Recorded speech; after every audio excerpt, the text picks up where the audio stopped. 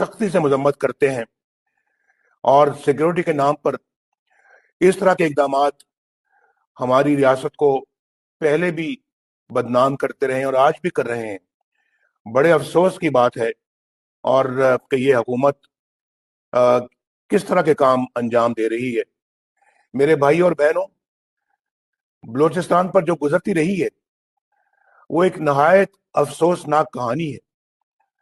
मरी, बुगटी, बजिंजो और दीगर कबाइल के साथ जो सलूक किया जाता रहा, बल्कि जो अब तक हो रहा है, वो हम सब के लिए इंतहाई दुख और रंज का बायस है।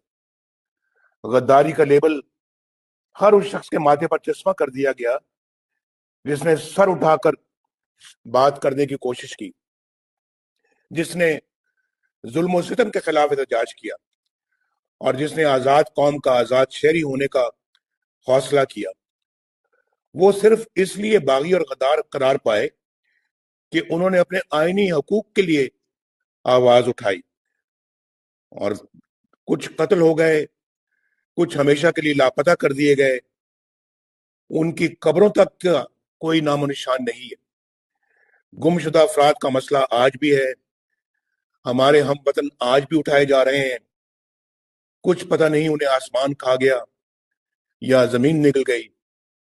मैं जब भी गुमशुदा अफराद की दुखी माओं, रोती हुई बहनों, बेटियों और परेशान हाल बच्चों को देखता हूं तो बेहद तकलीफ होती है।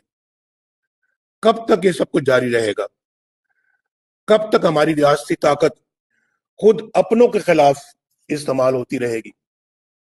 कब तक हम पाकिस्तान के मुहिब वतन शहरियों पर बगावत और गद्दारी के इल्जामात लगाते रहेंगे?